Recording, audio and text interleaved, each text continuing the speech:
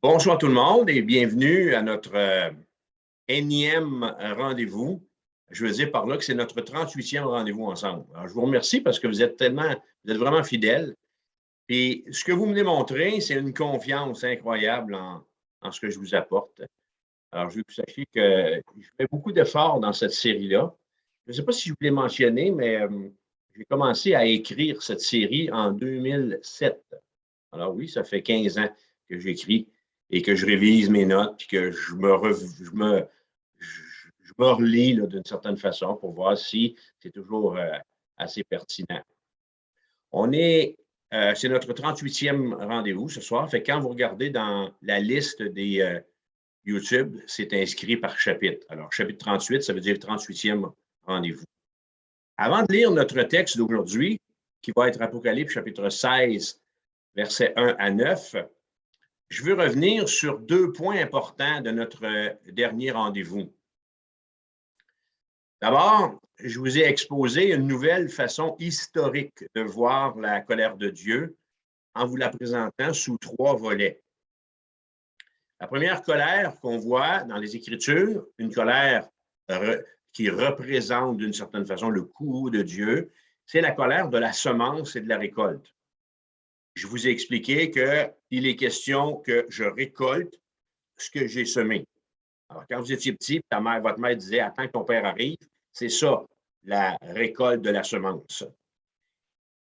Ce qu'on a vu ensemble, on a réalisé que les gens pêchent et les gens subissent les conséquences logiques qui sont liées à leur péché, puisqu'il y a un jugement de Dieu qui est inclus contre le pécheur. Ça, c'est la colère de la semence et de la récolte de Dieu. La deuxième colère de Dieu, c'est la colère cataclysmique. Et vous devinez qu'il est question ici de la colère où Dieu exerce un jugement de destruction massive. Un jugement qui peut s'appliquer au monde entier, comme ça a été le cas lors du déluge, ou ça peut être un jugement qui va être sur une région, comme pour la destruction de Sodome et Gomorrhe. Quels que soient les jugements de Dieu, quelle que soit la colère qu'il démontre, la colère de la récolte de la semence ou la colère cataclysmique, ces jugements arrivent tous pour la même raison. Les jugements de Dieu sont la conséquence du péché et sont aussi la conséquence de l'abandon d'une démarche de consécration à l'égard de Dieu. Et finalement, il y a la colère éternelle. Lorsqu'on parle de la colère éternelle, il va être question ici de la colère eschatologique de Dieu, qui sera déversée sur le monde entier par les 7 coupes. Cette colère-là, elle est éternelle parce que son jugement va avoir comme conclusion ultime la condamnation à l'enfer éternel de tous les pécheurs impénitents. Alors voilà ce qu'on va étudier dans la leçon d'aujourd'hui. Ça, c'était la première chose. Je voulais revenir sur les 3 colères de Dieu. La deuxième chose sur laquelle je veux revenir, c'est la façon dont on a conclu l'étude d'Apocalypse chapitre 15. Alors, si vous avez votre Bible sous les yeux, au verset 8, c'est là qu'on s'est laissé. C'est le drame. C'est la tragédie parce que les choses ont changé. Et là, l'apôtre Jean, qui reçoit cette vision du Seigneur même, écrit en Apocalypse 15, verset 8, « Et le temple fut rempli de fumée à cause de la gloire de Dieu et de sa puissance. Et personne ne pouvait entrer dans le temple jusqu'à ce que les 7 fléaux des 7 anges fussent accomplis. » On s'est laissé sur la réalité suivante. À la fin du livre de l'Apocalypse, chapitre 15, le temple céleste est inaccessible. Le trône de Dieu est fermé. Aucune intercession n'est possible. En réalité, on est devant quoi? On est devant le fait qu'il n'y a plus de grâce dans le ciel pour la terre. Je vous ai proposé d'accepter le fait qu'à ce moment-là, rendu au stade où on s'est laissé, arrivé à Apocalypse chapitre 15, Dieu va avoir répondu, selon sa volonté, à toutes les prières qui étaient encore en attente sur l'autel d'or devant son trône. Alors Dieu, pour la première fois, avec le texte qu'on va lire, Dieu, pour la première fois, va être occupé à autre chose il ne sera pas disponible. Ça peut paraître là, un peu contradictoire de dire que Dieu qui est omniprésent va être occupé à autre chose, mais vous allez voir combien il est préoccupé par ce qui se passe. Alors, je vous propose de lire où vont aller toutes les pensées de Dieu et d'être attentif aux détails scientifiques qu'il y a dans cet enseignement-là. Un peu plus loin, rendu à la 4e coupe, au jugement de la 4e coupe, vous allez voir, je vais faire mon professeur Lebrun, là, okay? Ceux qui l'ont connu, là, les anciens, et être un peu plus scientifique dans cet exposé, parce qu'il est question aussi d'environnement. Alors, on va avoir une approche là, avec pas un regard de météorologue, mais un regard scientifique. Alors, lisons chapitre 16, verset 1, pour voir ensemble où sont les pensées de Dieu. À quoi est-ce que Dieu est préoccupé? Alors, on est en train de regarder le jugement des 7 coupes. Et c'est notre premier rendez-vous, c'est notre première partie. On va continuer, puis on va clore cette section-là la semaine prochaine. Apocalypse, chapitre 16, verset 1. Et j'entendis une voix forte qui venait du temple et qui disait aux 7 anges, « Allez et versez sur la terre les 7 coupes de la colère de Dieu. » Le premier alla et il versa sa coupe sur la terre. Et un ulcère malin et douloureux frappa les hommes qui avaient la marque de la bête et qui adoraient son image. Le second versa sa coupe dans la mer, et elle devint du sang, comme celui d'un mort, et tout être vivant mourut, tout ce qui était dans la mer.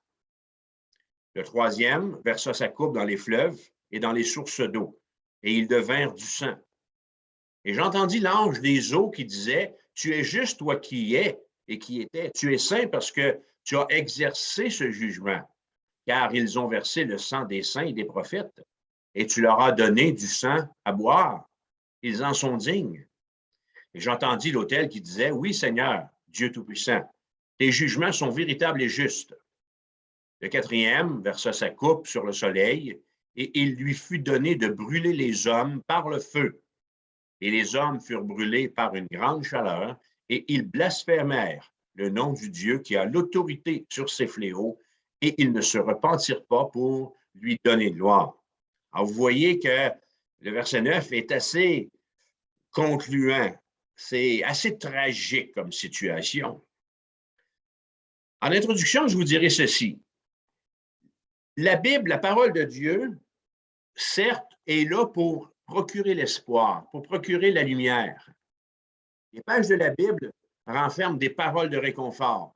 La parole de Dieu nous amène des paroles d'encouragement, des paroles de soutien qui ont rapport à la paix, qui ont rapport à la bonté, qui ont rapport à la joie et à l'amour lié au salut en Jésus-Christ. Alors, comme croyants, nous sommes rassurés, alors qu'on la lit, de ce qui est dit au sujet des promesses de Dieu et de l'héritage auquel on va avoir part dans son royaume. Alors, on va prendre encore une fois ici comme exemple le temps de lire. Vous pouvez tourner avec moi dans 1 Thessaloniciens chapitre 4. Je pense que plus on avance dans cette série-là, plus c'est important que je sache que vous êtes imprégnés de la promesse des promesses pour le peuple de Dieu. Et si vous n'êtes pas encore au fait quant à ça, bien, la promesse des promesses du Nouveau Testament, pour nous, les chrétiens, c'est l'enlèvement de l'Église.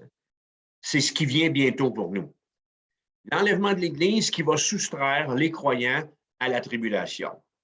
Alors, Paul, dans 1 Thessaloniciens, chapitre 4, nous donne cette extraordinaire prophétie, alors qu'il écrit au verset 16. « Car le Seigneur lui-même a un signal donné, à la voix d'un archange et au son de la trompette de Dieu, descendra du ciel et les morts en Christ ressusciteront premièrement. » Si j'étais aussi doué que Spielberg, avec ce verset-là, là, je suis capable de faire un scénario de film avec des effets extraordinaires. Incroyable. Le peuple de Dieu, nous comme chrétiens, nous attendons cette prophétie qui sera réalisée au moment où le Seigneur va venir chercher son Église. Alors, ce qu'on attend, appareil auditif ou pas, parce qu'on n'aura pas de besoin à ce moment-là, ce qu'on attend, c'est le signal que le Seigneur va donner à la voix d'un archange puis au son de la trompette de Dieu, alors que lui-même va descendre sur les nuées pour venir nous chercher, nous, l'Église, qui serons ici-bas. Alors, si ça arrive ce soir, ça veut dire qu'on entend le signal, on entend la voix de l'archange, la trompette de Dieu, Christ vient nous rejoindre sur les nuées et nos frères et sœurs morts en Jésus-Christ ressuscitent en premier lieu. Et nous, les vivants, qui sommes restés, on est ensemble enlevés avec eux sur les nuées à la rencontre du Seigneur dans les airs pour être toujours, dit l'apôtre Paul, avec le Seigneur. Et j'aime comment il conclut cette portion-là quand il dit « Consolez-vous donc les uns les autres par ces paroles. » Moi aussi, je suis désolé quand je regarde les images aux nouvelles. La guerre et puis toutes les difficultés dans le monde, puis la famine, puis la méchanceté du cœur humain. Mais si vous vous posez des questions par rapport à comment on doit se comporter vis-à-vis de ça, je vous invite à écouter l'enseignement numéro 37, où dans la première partie, j'ai répondu à comment se comporter vis-à-vis de la guerre en Ukraine. Et puis, quel signe que c'est pour nous autres. Alors, on est devant ici, 1 Thessaloniciens 4, 16 à 18, une bien belle promesse. Toutefois, bien que la parole de Dieu soit un livre d'espoir, la parole de Dieu, elle est également un livre de jugement. Dieu aime la justice, ou Dieu qui aime la justice ne peut pas fermer les yeux sur le péché. Il ne peut pas fermer les yeux sur l'incrédulité. C'est contre le péché, justement, qu'il sévit dans notre chapitre. Apocalypse 17 et Apocalypse 18 vont nous donner les explications de la chute du royaume de l'Antéchrist qui est annoncé au jugement de la 7e trompette. Et on va voir l'annonce de ce jugement-là lors de notre prochain rendez-vous. Et lorsqu'on va revenir ensemble dans 3 rendez-vous d'ici, et là, on va rentrer dans le chapitre 17 d'Apocalypse. Et ce qui suit ensuite de ça, ce qui suit le jugement des 7 coupes, c'est le retour du Seigneur Jésus, qui est commenté en Apocalypse 19, ainsi que la grande bataille d'Armageddon qui est annoncée au jugement de la 6e coupe. Alors, on a presque fini. Okay? Alors, on a presque terminé avec le temps des tribulations. Parce que lorsqu'on va voir l'étude du chapitre 17 à 22, c'est une étude qui concerne notre futur. Ce que je veux dire, c'est que lors de la chute de Babylone, lors de la chute du gouvernement de l'Antéchrist, nous serons témoins du ciel de cette chute qu'on va voir au chapitre 7, 17 et 18. Et chapitre 19, pour la bataille d'Armageddon et son enchaînement, nous serons présents parce qu'on va avoir descendu du ciel, Apocalypse 19, avec Jésus, fidèle et véritable comme il est appelé. Calme-toi, Vermette, prends ton gaz égal. Moi, je m'emballe quand je parle de ça. C'est tellement encourageant. C'est rien le prix du gaz à côté de ce qui nous attend. J'espère que vous êtes d'accord avec moi. Alors, mon premier point, ou pas mon premier point, oui, mon premier point, qui est la première coupe, versets 1 et 2, Jean voit un ulcère mondial. Alors, il y a une voix qui sort du temple. Et au stade où on est rendu là, on l'a vu à la fin d'Apocalypse 15, il ne peut s'agir que de la voix de Dieu. Pourquoi? Parce qu'il n'y a plus personne dans le temple. Il n'y a personne d'autre. Alors, Dieu, en donnant ici cet ordre, n'a pas peur de s'identifier, il n'a pas peur de revendiquer le jugement des coupes. C'est le dernier jugement. Le feu roulant des 7 coupes va avoir lieu dans un très court laps de temps. Alors, ce sont des jugements qui vont viser les éléments et qui vont apporter la ruine totale à la Terre. Alors, n'importe quel film de science-fiction ou de fin du monde que vous avez vu qui parle du jugement dernier ou de la fin des temps ou ainsi de suite, n'importe quel de ces films-là est bien loin de la réalité de ce qu'on va voir avec l'étude de ces 7 couples-là. Ça n'a rien à voir. OK? Alors, lorsque la Bible nous parle du jugement dernier, c'est cette dernière portion qu'on commence à étudier ce soir, le jugement des 7 coupes. Alors, il y a eu le jugement des 7 sceaux, le jugement des 7 trompettes et maintenant la dernière phase qui va être très, très rapide. Alors, on est rendu là, probablement là, dans la 4e ou 5e année de la tribulation, peut-être même quelques mois avant la fin. Alors, voici ce qu'en dit Jésus en Luc 21. Excusez, je ne vous l'ai pas dit d'avance, là, mais j'ai un texte ici dans Luc 21, Romains 8, Apocalypse 14, Zacharie 14. Je vais les lire, faites-vous-en pas. Alors, voici ce qu'en dit Jésus en Luc 21, verset 25. Jésus dit, il y aura des signes dans le soleil, dans la lune et dans les étoiles. Et sur la terre, il y aura de l'angoisse chez les nations qui ne sauront que faire au bruit de la mer et des flots. Les hommes rendant l'âme de terreur dans l'attente de ce qui surviendra pour la terre, car les puissances des cieux seront ébranlées. Tu sais, quand on dit là, il est mort de peur ou tout, ben là, c'est vraiment vrai. Okay? Rendant l'âme de terreur. Verset 27. Alors, on verra le Fils de l'homme venant sur une nuée avec puissance et une grande gloire. Alors, ce que Jésus annonce en Luc 21 ici, c'est le retour de Jésus-Christ. C'est son propre retour. Il est en train de parler d'Apocalypse 19. Alors, Dieu a parlé et l'ange répond immédiatement à l'ordre qui a été donné. Verset 2, le premier ange alla et il versa sa coupe sur la terre. Alors, dans notre texte, c'est marqué le premier, mais on comprend qu'il est question ici, de l'ange. Alors, le premier ange alla et il versa sa coupe sur la terre. Et un ulcère malin et douloureux frappa les hommes qui avaient la marque de la bête et qui adoraient son image. Alors, il y a beaucoup de, comme vous voyez, hein, il y a beaucoup de détails ici. Est-ce qu'on doit prendre le texte de l'Apocalypse littéral, figuré? Est-ce que c'est des paraboles? OK? À moi, quand ça me parle d'ulcère malin, douloureux, je n'ai pas besoin de lire mon dictionnaire pour comprendre qu'il est question d'un bobo, qu'il est question d'une maladie qui fait mal, qui frappe les hommes qui ont la marque de la bête. Alors, il est question ici de ceux qui vont être étampés du 666 et qui, en plus de ça, adorent l'Antéchrist. Le jugement de la première coupe est versé. Il est question d'un ulcère très violent. On ne le sait pas, ce n'est pas encore arrivé. Alors, est-ce que c'est la rubérie? Est-ce que c'est la scarlatine? Est-ce que c'est la tuberculose? Non, la tuberculose, c'est un problème respiratoire, OK? Mais c'est un problème de peau, OK? Est-ce que c'est le zona? Est-ce que, je ne sais pas. OK? Alors, le jugement de la première coupe, il est versé et la Bible, parle d'un ulcère très violent, une maladie de la peau qui va affecter tout le corps des hommes. Et cet ulcère va frapper partout, subitement et avec une rapidité inouïe. Est-ce que ça veut dire que tout le monde, du jour au lendemain, que le jugement va arriver, vont être frappés? Lorsqu'on regarde les 10 plaies d'Égypte, lorsque Moïse prononçait le jugement, il y avait un temps, la plaie arrivait, Pharaon se repentait, Moïse priait, la plaie se retirait, et ainsi de suite. Alors, Dieu est souverain et il sait comment faire les choses. Mais ce qu'on voit dans ce texte, c'est que les hommes qui en seront frappés vont être aux prises avec des tourments physiques, impossibles à soulager jusqu'à la fin du peu de jours qui va leur rester à vivre.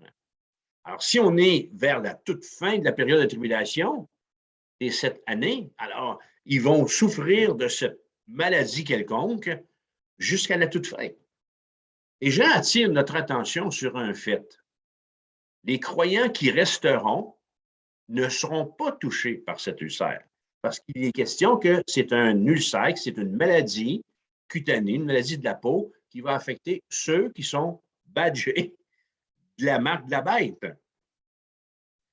D'ailleurs, ce soir, enfin, là, je vous dis que pour les croyants, là, la maladie, c'est jamais un signe de la colère de Dieu. Gardez-vous de faire de vous-même un ami de Job en disant à vos frères et vos sœurs qui sont éprouvés par la santé que c'est parce qu'il y a quelque chose dans leur vie qui n'est pas en ordre. La maladie n'est pas toujours un signe de la colère de Dieu. Ça arrive, on le voit dans le livre aux Corinthiens. Mais Paul va nous dire dans Romains 8, verset 28, que nous savons du reste que toute chose concourt au bien de ceux qui aiment Dieu, de ceux qui sont appelés selon son dessein. Alors, si je souffre dans mon corps d'une maladie quelconque, ça ne veut pas dire que c'est parce que je suis plus méchant que mon voisin, que mon frère ou ma soeur à l'église, qui, lui, est droit comme une barre puis qu'il n'y a jamais eu de problème. Alors, c'est pourquoi ce jugement, dit la Bible, ne frappe pas que les hommes qui ont la marque, ne frappe, pardon, que les hommes qui ont la marque de la bête, parce que c'est un jugement.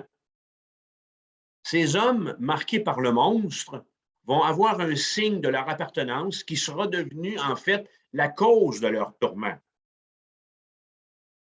En Apocalypse 14, un ange avait décrit le sort qui était attendu ou qui attendait ceux qui allaient recevoir la marque de la bête. Et l'avertissement avait été donné. Vous allez vous en souvenir quand on a étudié ça. Apocalypse 14, verset 9. Si quelqu'un adore la bête et son image et reçoit une marque sur son front ou sur sa main, alors voyez-vous, je ne veux pas revenir en arrière, mais on ne sait pas c'est quoi l'identification à la bête.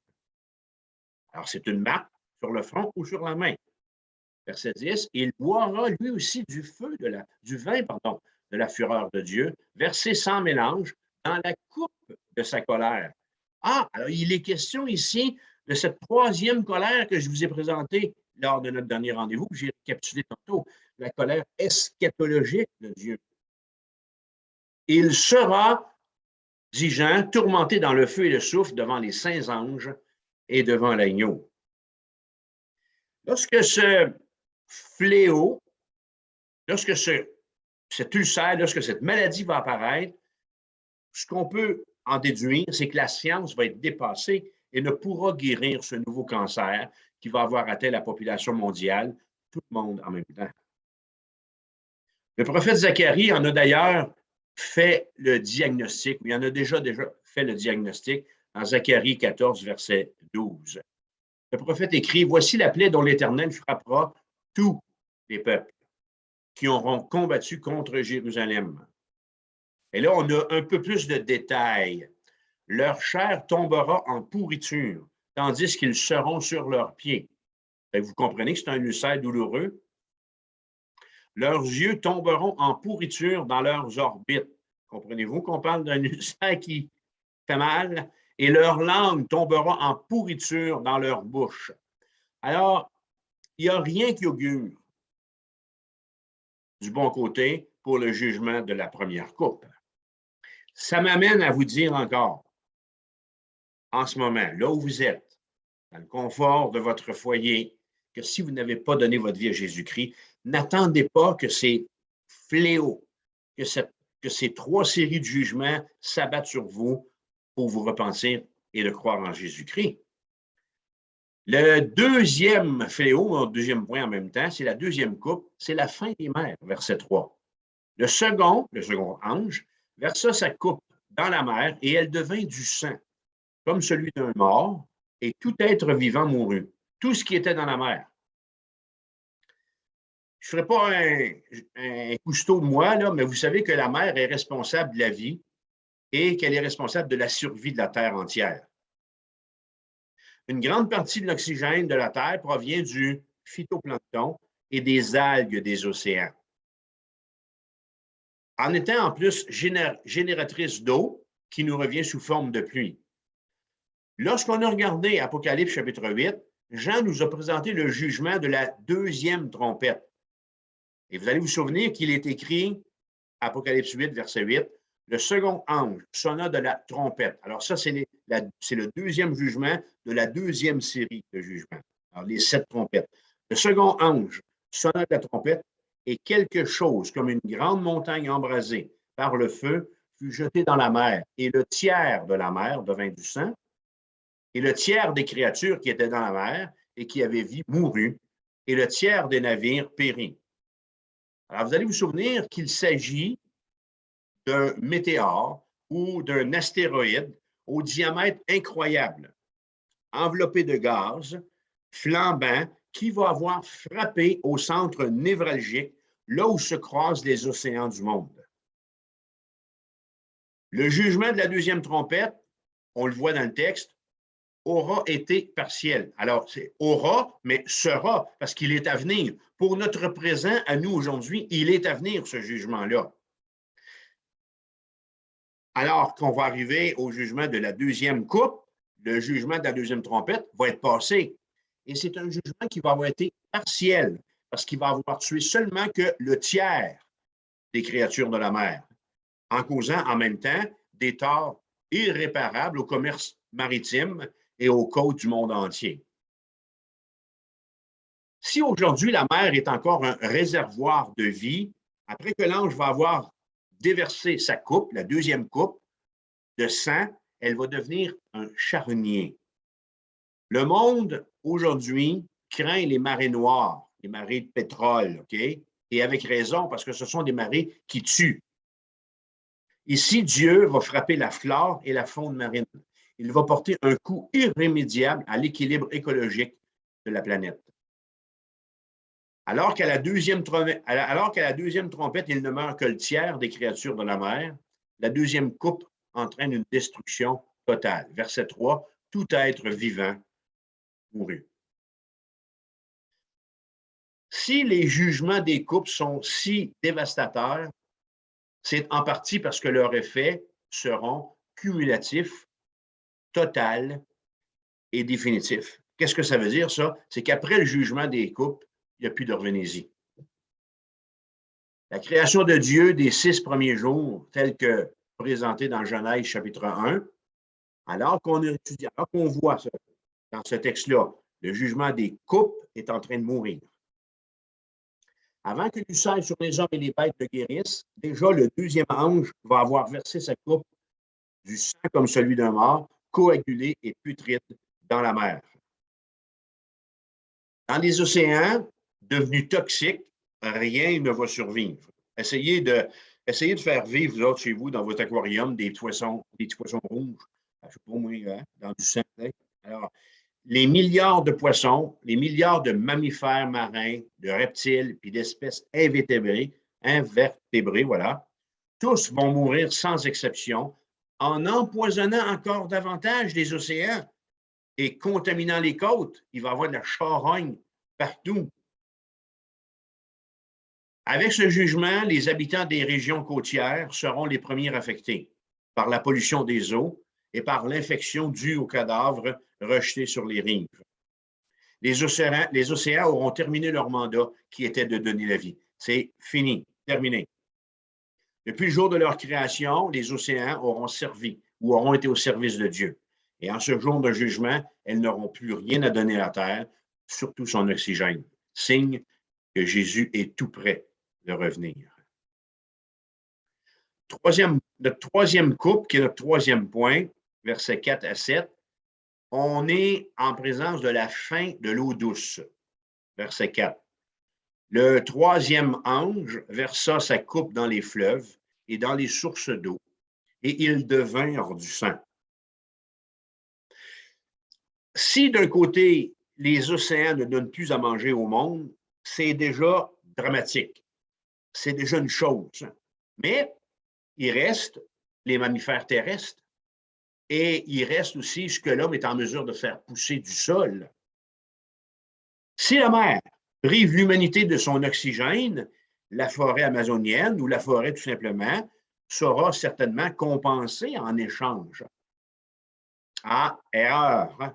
On va aller plus loin ici. Alors, une fois de plus, au chapitre 8, Jean nous a rapporté le jugement de la troisième trompette. Apocalypse 8, verset 10, le troisième ange sonna de la trompette. Alors, c'est le troisième jugement de la deuxième série qu'on a vu il y a quelques semaines. Hein? Le troisième ange sonna de la trompette et il tomba du ciel une grande étoile ardente comme un flambeau. Et elle tomba sur le tiers des fleuves et sur les sources d'eau. Alors, le deuxième ange, avec la deuxième trompette, c'était sur les mers et les océans. Et là, il est question ici des fleuves et des sources d'eau. Le nom de cette étoile est absinthe, et le tiers des eaux fut changé en absinthe, et beaucoup d'hommes moururent par les eaux parce qu'elles étaient devenues amères.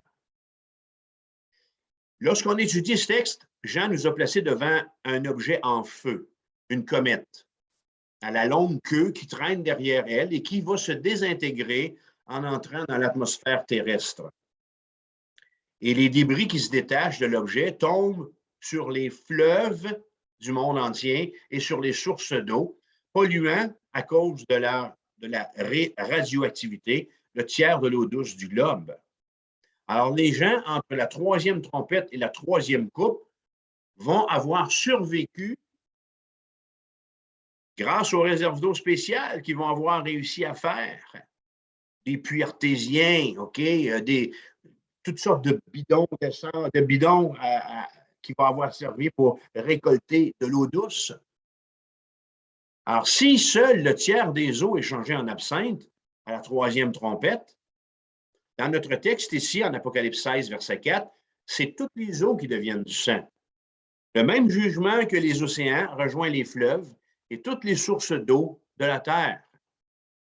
Le jugement de la troisième coupe rejoindra le reste du monde protégé dans les terres, loin des océans et des effets mortels causés par la deuxième coupe. La contamination des océans sera la pire catastrophe qu'auront vu les environnementalistes du monde. Et comble de malheur pour eux, la perte ici de toutes les réserves d'eau douce restantes sera la fin. Surtout, nous dit la Bible, que l'eau ne se renouvellera plus depuis déjà un bon moment. Reculez au chapitre 7, verset 1 avec moi. Jean écrit, chapitre 7, verset 1, « Après cela, je vis 4 anges debout aux 4 coins de la terre. Ils retenaient les 4 vents de la terre. Pourquoi? Regardez ce qui est écrit. Afin qu'il ne soufflât point de vent sur la terre, ni sur la mer, ni sur aucun arbre. »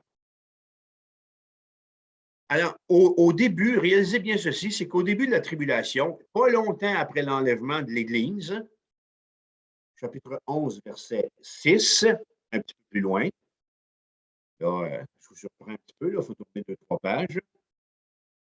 Alors, chapitre 11, verset 6, « Ils ont le pouvoir, dit Jean, de fermer le ciel. » C'est qui ça, ils? Ce sont les 2 témoins, Moïse et Élie, qui seront revenus à la vie. Ils ont le pouvoir de fermer le ciel, et regardez ce qui est écrit là, afin qu'il ne tombe point de pluie pendant les jours de leur prophétie. Alors, on est placé devant un texte qui nous dit que quand on arrive au chapitre 16, avec le jugement de cette coupe-là, il ne mouille plus depuis le chapitre 11, verset 6. À cause de la prophétie, puis à cause de l'exercice qu'auront eu, le ministère qu'auront eu les 2 témoins. Et Jean dit, toujours au chapitre 11, verset 6, « Ils ont le pouvoir de changer les eaux en sang et de frapper la terre de toute espèce de plaie chaque fois qu'ils le voudront. » Les systèmes météorologiques du temps seront perturbés par ces événements. Alors, frères et sœurs, qui sera capable de survivre à de tels jugements? Dites-le-moi. Imaginez là, OK? Chapitre 7. Si le vent ne souffle pas, si les nuages ne viennent pas, si la pluie par miracle est empêchée de tomber, s'il n'y a plus d'eau pour nettoyer les plaies causées par l'ulcère qu'on vient de voir tantôt dans le jugement de la première coupe, s'il n'y a plus rien à boire, la vie sera tout simplement impossible. Pire encore, la 4e coupe annonce un soleil de mort. Les gens auront définitivement besoin de cette eau douce. Mais là, soudain, verset 5 de notre texte, Apocalypse 16, il se passe quelque chose. Un ange va d'abord parler comme s'il allait répondre à la question posée par les gens de ce moment. Mais quel Dieu est capable de telle cruauté? Alors, Jean, ce qu'il écrit dans la suite du texte, c'est un peu comme pour répondre. Alors, on anticipe. Comment est-ce que Dieu est capable, comment est-ce qu'un Dieu d'amour est capable d'agir comme ça? Puis, je sais que vous l'avez déjà entendu. Hey, Dieu, là, c'est un bon Dieu. Hein? Ça fait un Dieu bonbon. Et Dieu est juste aussi. Et on doit se rappeler que lorsqu'on est dans la période de tribulation, le temps de l'Église, le temps de la grâce est passé. Le Christ sauveur qui revient ici, Apocalypse 19, c'est le Christ juge. Alors, verset 5, « Et j'entendis l'ange des eaux qui disait, tu es juste, toi qui es et qui étais. Tu es saint parce que tu as exercé ce jugement, car ils ont versé le sang des saints et des prophètes et tu leur as donné du sang à boire. Ils en sont dignes. Ils en sont dignes, eux, ceux qui subissent ce jugement. » L'ange ici ne devient pas apologiste, c'est-à-dire avec l'intention de défendre Dieu. Ce que l'ange fait, c'est qu'il affirme que ce jugement, il est juste, parce que Dieu lui-même est saint, c'est-à-dire que Dieu ne peut pas se tromper. Bien que sa colère soit terrifiante et mortelle, elle est la réaction juste qu'on mérite les actes ou qu'ont mérité les actes des pécheurs. Les gens qui recevront ce jugement auront rejeté l'appel de la grâce tout le long de la période de la tribulation de 7 ans. Il leur rappelle ici, l'ange, qu'ils auront persécuté les saints de la terre, les tuant sans pitié. Tu es juste, oui, dit l'ange. Ils ont ce qu'ils méritent. Il se passe autre chose, quelque chose d'unique dans le ciel. Il y a un objet qui se personnifie. Alors, je dirais qu'au ciel, tout est possible. Regardez l'exemple, verset 7. Et j'entendis l'autel qui disait, oui, Seigneur Dieu Tout-Puissant, tes jugements sont véritables et justes. C'est bel et bien écrit que l'autel devant le trône de Dieu parle. Après que l'ange a eu parlé au verset 7, c'est l'autel qui parle, rapporte certains manuscrits originaux, alors que d'autres disent qu'il s'agit d'un ange parlant de derrière l'autel. Moi, je ne vois pas de contradiction, sinon le fait qu'il y a un témoignage qui part de cet autel. Alors que l'autel parle, ou que ce soit un ange en arrière, peu importe. Ce qui est important, c'est ce qu'il dit, c'est le message. En Apocalypse 6, verset 9, Jean a vu sous l'autel les âmes des martyrs, alors qu'il nous est dit au chapitre 8, versets 3 à 5, que sur l'autel, il y a les prières de tous les saints. Alors, c'est donc dire que cette voix forte, elle personnifie les martyrs et la prière des saints. Ce qu'on est en train de voir ici, dans ce verset-là, ici, là, au verset 7, c'est que le ciel est d'accord avec ce que Dieu est en train de faire. En réalité, cette voix provient des martyrs de la tribulation, ceux que la bête aura sauvagement assassinés. C'est eux. Et d'une manière figurée, probablement aussi, la prière des saints aussi crie à Dieu. Parce que sur cet autel-là, c'est la prière de ces gens-là qui est là, qui dit jusqu'à quand, vous en souvenez, on a vu ça tout début, ou beaucoup plus loin en arrière dans notre étude. Hein? Jusqu'à quand tarderas-tu à nous faire justice? On va aborder l'aspect beaucoup plus scientifique pour la 4e coupe. Alors, c'est un avertissement que je vous donne. Ne vous perdez pas en chemin. Il y a des bouts très scientifiques. Alors, restez avec moi. Alors, cette 4e coupe, qui est notre 4e point, parle d'un soleil de mort, verset 8. Le 4e ange versa sa coupe sur le soleil et il lui fut donné de brûler les hommes par le feu. Et les hommes furent brûlés par une grande chaleur. Et ils blasphémèrent le nom du Dieu qui a l'autorité sur ces fléaux, et ils ne se repentirent pas pour lui donner gloire. Le livre de la Genèse débute avec les paroles suivantes. C'est écrit, Genèse 1:1, au commencement, Dieu créa les cieux et la terre. Un petit peu plus loin dans le chapitre, c'est écrit verset 16, Dieu fit les 2 grands luminaires. Le plus grand luminaire, le soleil, pour présider au jour, et le plus petit luminaire, la lune, pour présider à la nuit. Verset 18, Dieu vit que cela était bon.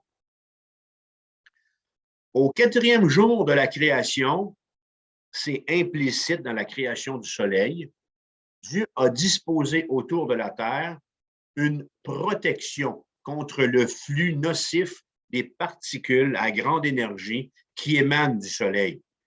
On appelle ça le champ magnétique terrestre. D'une certaine façon, ce qui nous empêche littéralement de cuire. Ce champ magnétique canalise les particules en les obligeant à décrire un cercle autour de la Terre, en les empêchant de la frapper directement. Les scientifiques appellent ces ondes de la ceinture, les scientifiques appellent ces ondes la ceinture de Van Allen, pour le scientifique américain James Van Allen.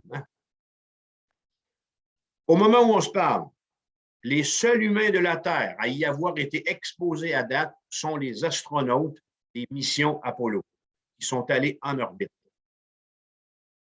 Et ce qu'on sait, ce qu'on découvre, c'est que ces astronautes, enfin leur vaisseau, étaient protégés par leur matériel, était protégé contre les radiations.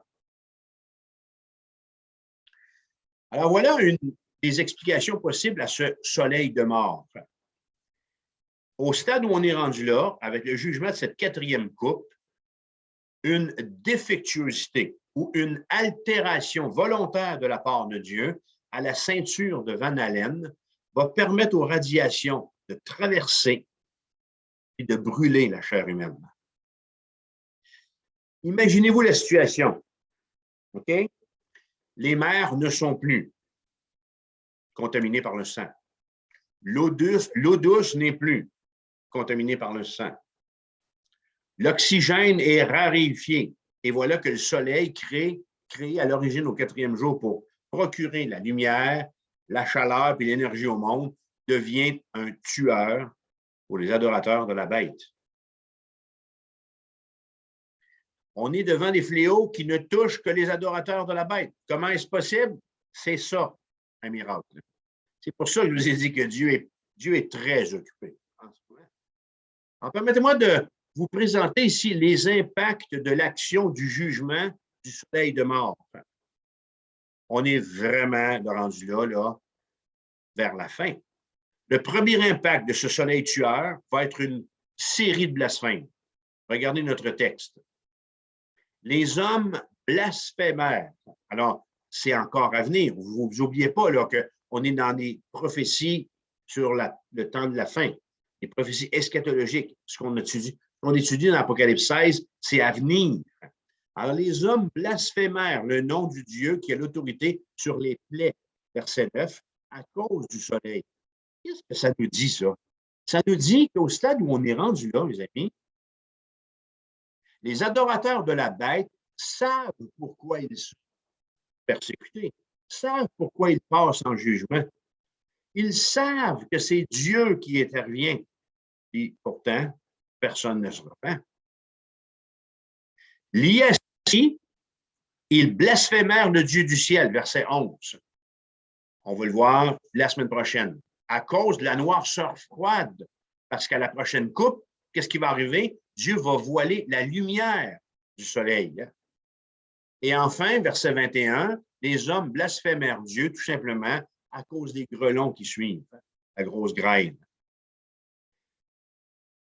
C'est pour ça que je vous dis qu'au stade où on est rendu là, il n'y a plus personne à sauver. Les cœurs sont fermés, les cœurs sont rebelles et vont haïr encore davantage Dieu. Parce que ce qui est attristant, c'est le fait que les hommes savent, comme je viens de vous le mentionner, ils savent qui est responsable et d'où viennent ces jugements-là. Et leur blasphème est caractéristique de leur maître. Le monstre, nous dit la parole de Dieu, est aussi un blasphémateur. Vous savez l'adage qui dit tel père, tel fils? Bien, regardez bien ça. Apocalypse 13, 1. Puis je vis monter de la mer une bête qui avait 10 cornes et 7 têtes. Et sur ses cornes, 10 diadèmes, et sur ses têtes, des noms de blasphème. Verset 5. Il lui fut donné une gueule qui proférait des paroles arrogantes et des blasphèmes. Verset 6. Elle ouvrit sa gueule en blasphème contre Dieu pour blasphémer contre son nom, son tabernacle et ceux qui l'habitent dans le ciel. Ça, là, c'est des blasphèmes contre vous et moi parce que nous autres, on est enlevés. On va être au ciel. On a été enlevés. Apocalypse 4, verset 1. Le diable va blasphémer contre nous autres qui allons être en présence de l'agneau. Ceux qui blasphèment sont comme marqués d'un sceau qui les fait participer à la nature, comme au sort du monstre auquel ils ressemblent. Ils sont, en ayant reçu cette marque dans leur chair, alors on a ici un signe qu'il n'y a plus de repentance possible, parce qu'il n'y a pas de marqué. Il n'y a pas de marqué de la bête qui est dans le royaume de Dieu. Okay? Le deuxième impact de ce soleil de mort, c'est celui-ci. Si d'un côté, un soleil de plomb brûle, de l'autre côté, qu'est-ce qu'il fait? Ben, un soleil de plomb fait fondre. Alors, s'il brûle la chair des uns, il va faire fondre la calotte glaciaire des pôles. Si, avant d'arriver là, on n'a pas réussi, habile comme on est en ce moment, à la faire fondre. La montée du niveau des océans fera pénétrer très loin dans les terres les eaux, attention, polluées. Okay? La mer est morte. Elle a été tuée par le sang. Alors, si la calotte glaciaire fond et que les océans montent, ben, c'est toute la pollution qui va entrer dans les terres avec les cadavres des créatures marines, avec toute cette charogne qui va suivre derrière. Ce sera la plus haute marée de morts que la Terre connaîtra. J'aimerais ici être encore un peu plus scientifique, et faire une parenthèse environnementale avec vous. Tout ce qui nous touche en ce moment concernant le réchauffement de la planète s'inscrit au calendrier des événements de la fin des temps. Jean Lemire, environnementaliste québécois, dans son film Le Dernier continent, démontre cet état de choses. Alors, je vous encourage, prenez ça en note. Le Dernier continent de Jean Lemire, c'est un scientifique, c'est pas un film apocalyptique ou de la fin des temps, mais il fait juste nous mettre devant des faits. Alors, quand j'ai écouté ce film-là, j'ai été surpris de voir dans ce magnifique reportage sur l'Antarctique, région qui entoure le pôle Sud. Alors, ça, c'est en bas de l'Afrique, totalement en bas. J'ai été surpris de voir dans ce film-là qu'en 2007, alors qu'ils ont attendu pendant des semaines l'arrivée de l'hiver, la moyenne de la température pour cet endroit du globe, reconnu comme étant un des endroits les plus froids du monde, n'a jamais dépassé moins 15 degrés Celsius. Et si vous regardez le film, ce qu'il y a de particulier, c'est qu'à un moment donné, ils ont peur de perdre leur viande gelée parce qu'il ne fait pas assez froid et ils sont en Antarctique.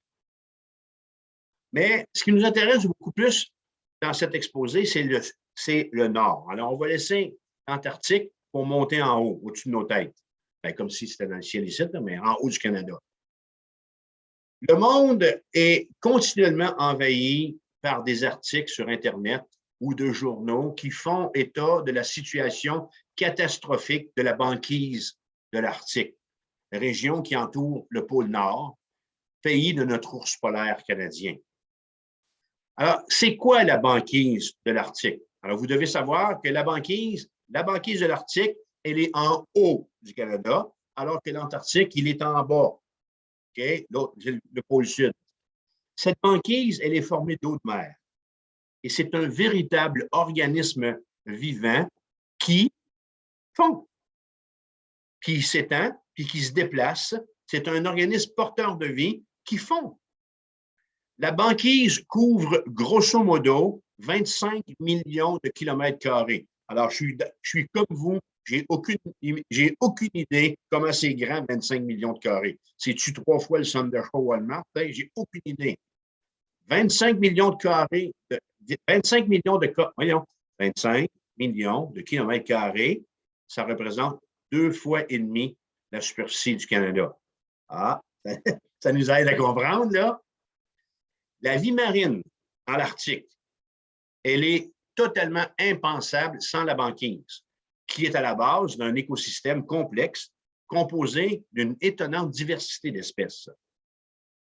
Par-dessus le marché, la banquise, elle contribue au maintien du climat, non seulement des régions polaires, mais également de l'ensemble de la planète.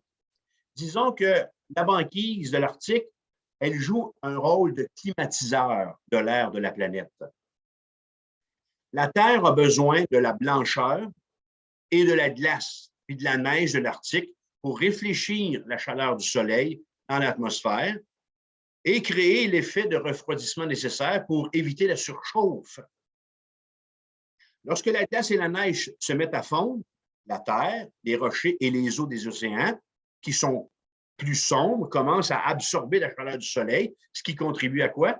À réchauffer le globe. La communauté scientifique s'intéresse de près à la banquise.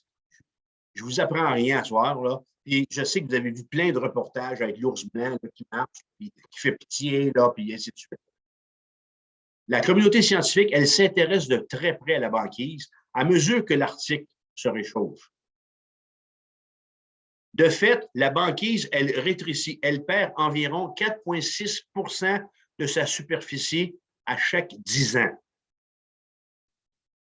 Les scientifiques calculent la diminution de la banquise depuis 1972. L'année 2012, pourquoi vous pensez qu'il a sorti tellement de films catastrophes en 2012? L'année 2012 a marqué un nouveau et triste record de recul. La glace attention, un grand mot ici, la glace pluriannuelle. Ça veut dire que c'est une glace qui s'accumule d'année en année, OK? Alors, au moins 2 ans. Alors, on a la glace l'année passée, la deuxième glace. Alors, on appelle ça une glace pluriannuelle. Elle est en train de disparaître, nous disent les scientifiques. Dans un article paru dans la presse.ca en septembre 2012, l'océanographe québécois Louis Fortier disait qu'il ne croyait pas le voir de son vivant. Et il a dû avouer ceci, la banquise va disparaître. En 2012, alors qu'il naviguait dans l'océan Arctique à bord du brise-glace de recherche Amundsen, le scientifique rapporte ceci. Nous traversions la banquise comme de la crème glacée. C'est un peu comme si on avait laissé la porte du congélateur ouverte. Au 21 février 2019, pourquoi je vous parle de ça en ce moment? C'est juste parce qu'on est, est en train de vivre un jugement, le jugement des couples qui vise l'environnement, justement. Alors, au 21 février 2019, la superficie totale de cette banquise, tantôt était combien grande? Elle était de, je vous l'ai dit, 25 millions de kilomètres carrés. En 2019, 21 février, elle était rendue à 14,6 millions de kilomètres carrés.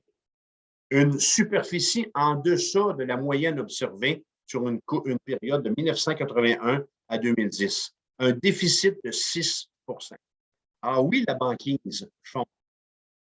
Et là, j'ai une photo à vous montrer qui vient de la NASA. Ne bougez pas, je vais aller... Non, pas là. Je vais aller vous chercher.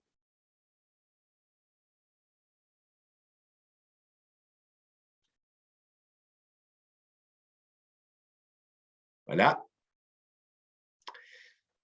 Fait que vous avez une idée. Alors, voyez-vous, ici, on a le Groenland.